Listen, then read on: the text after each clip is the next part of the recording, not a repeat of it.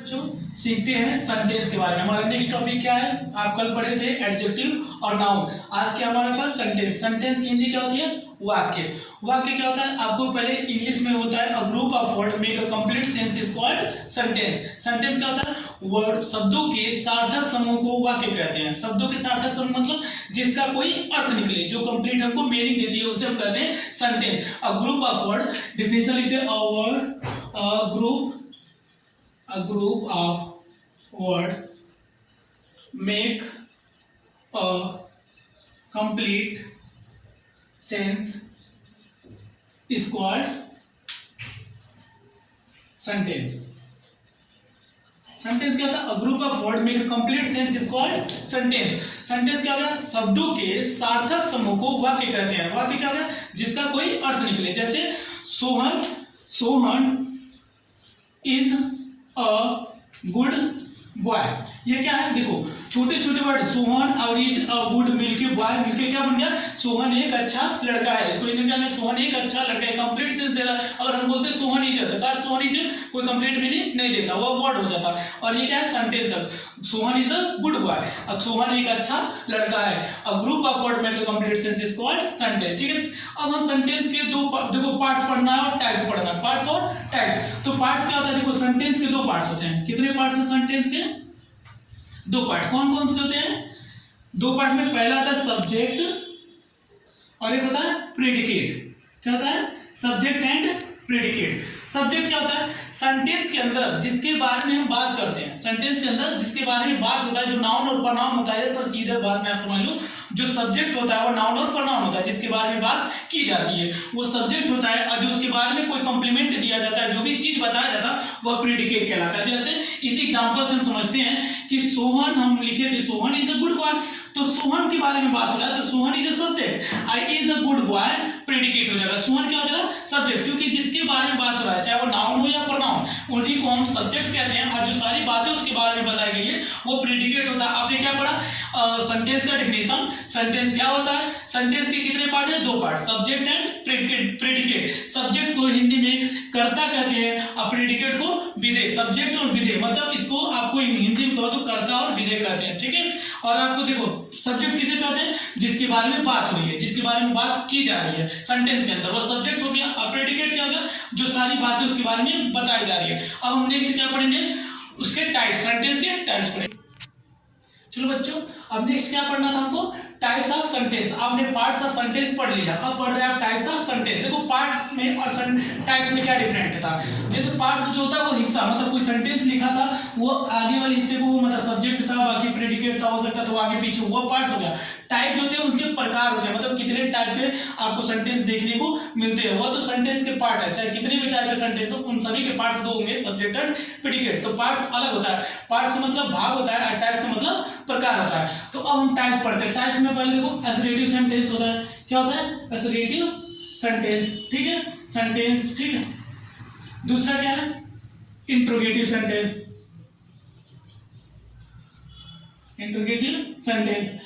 तीसरा exclamatory sentence. Exclamatory sentence. ठीक है, चौथा क्या है? Imperative sentence.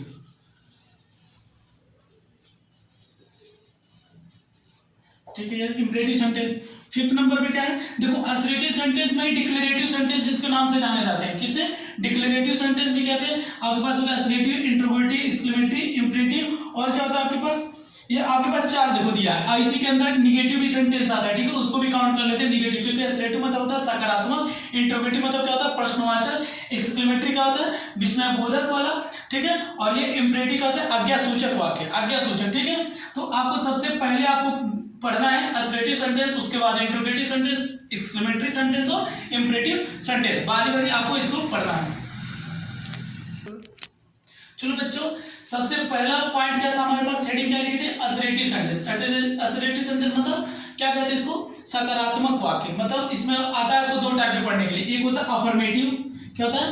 अफर्मेटिव सेंटेंस, इसके अंदर पढ़ना है। ठीक है, दूसरा क्या होता है? Negative sentence.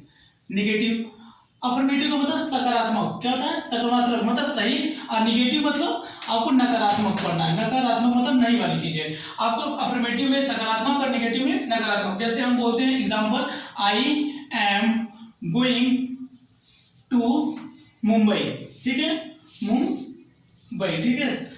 अगर हम बोलते हैं ये देखो सकारात्मक, मैं मुंबई जा रहा हूँ, I am going to Mumbai, मैं मुंबई जा रहा हूँ। तो अगर इसी को निगेटिव बनाना है तो क्या होगा, I am not going to Mumbai, क्या हो जाएगा, I am not going to Mumbai.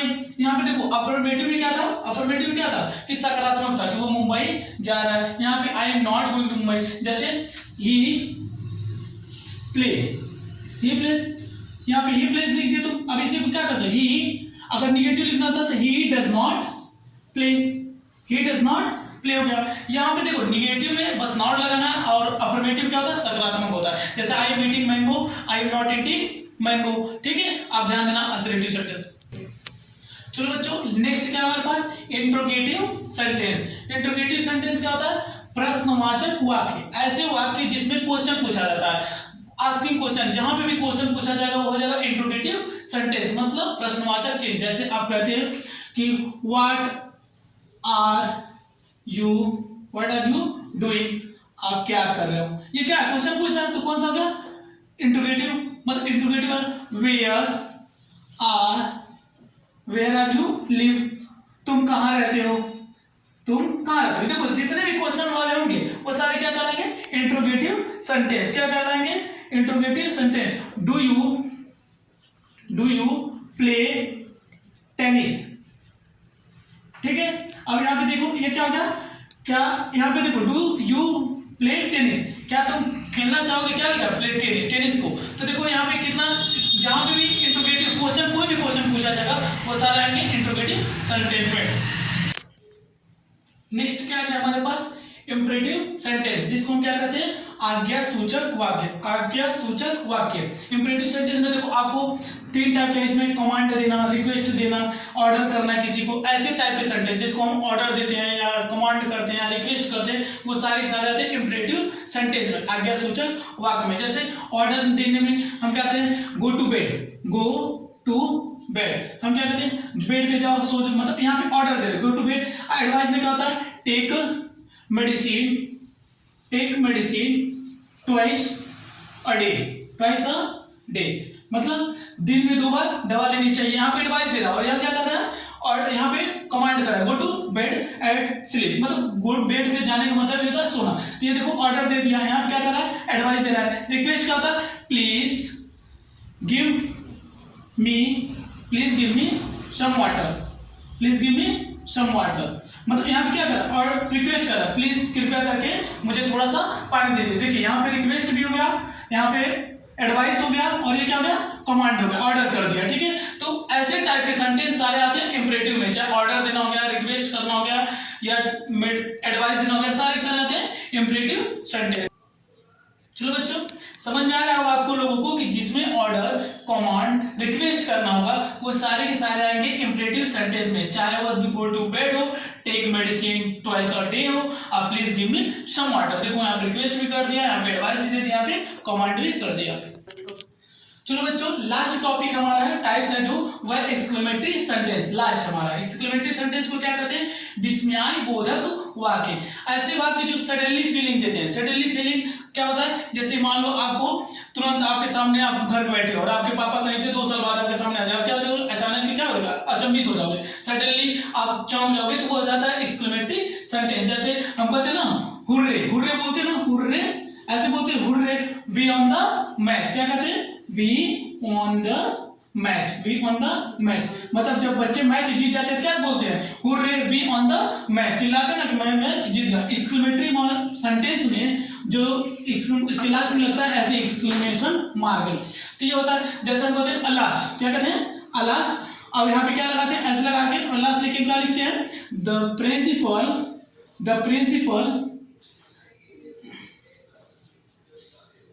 Principal is no मोर, क्या होगा द प्रिंसिपल इज नो मोर, कि मतलब प्रिंसिपल क्या होगा जिंदा नहीं है, प्रिंसिपल क्या होगा लास्ट मतलब दुखी मनाते हैं, मतलब यहाँ दुखी हो रहा है कि द प्रिंसिपल इज नो मोर, मतलब प्रिंसिपल अब जिंदा नहीं रहा, यहाँ पे अलास हो गया।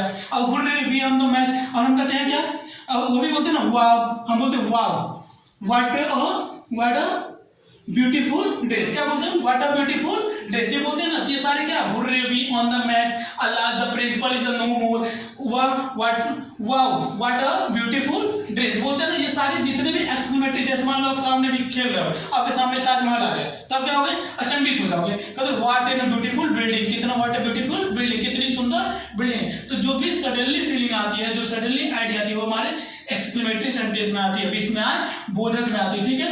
जैसे अल्लाह हो गया, वाह हो गया, hurray we won the match, जैसे बच्चे जितनी बात करते हैं। तो आप कौन कौन से टाइप पे पढ़े, देखो सेंटेंस पढ़ लिए, सेंटेंस ग्रुप ऑफ वर्ड में complete sense is called sentence. Sentence के अब पार्ट पढ़ लिए, दो पार्ट होते हैं, सब्जेक्ट एंड प्रेडिकेट। सब्जेक्ट क्या होता है, जिसके बारे में बात की जाती है, जिसके बारे में बात बताई जाती है, वो सब्जेक्ट होता है। और जो सारे उसके बारे में कॉम्प्लीमेंट दिया गया है, जो भी बोला गया उसके बारे में, वह प्रेडिकेट कहलाता है। उसके बाद आपने क्या पढ़ा, टाइप्स ऑफ सेंटेंस, क्या पढ़ा, टाइप्स ऑफ सेंटेंस, जिसमें आपने सबसे पहले पढ़ा असर्टिव सेंटेंस। असर्टिव सेंटेंस में आपने दो टाइप पढ़ा, अफर्मेटिव एंड नेगेटिव। अफर्मेटिव क्या होता है, जो सिंपल सेंटेंस, जैसे बोलते हैं हम कि हम खेल रहे हैं, हम खेल रहे हैं, वी आर प्लेइंग, हम खेल रहे हैं, तो वी आर नॉट प्लेइंग, हम नहीं खेल रहे हैं। तो अफर्मेटिव में क्या होता है, खेल रहे हैं, और नेगेटिव क्या हो गया, नहीं खेल रहे हैं। इंट्रोगेटिव में क्या था आपके पास, दूसरा क्या पढ़े थे आप, इंट्रोगेटिव सेंटेंस। इंट्रोगेटिव में क्या था, जब भी हम कोई आस्किंग क्वेश्चन पूछते हैं, वो आता है इंट्रोगेटिव सेंटेंस में। उसके बाद हमने क्या पढ़ा, इंट्रोगेटिव के बाद क्या था, इंपरेटिव सेंटेंस। इंपरेटिव सेंटेंस में क्या था, आज्ञा सूचक वाक्य। वहां में क्या था, जितने कोई भी ऑर्डर करना, रिक्वेस्ट करना,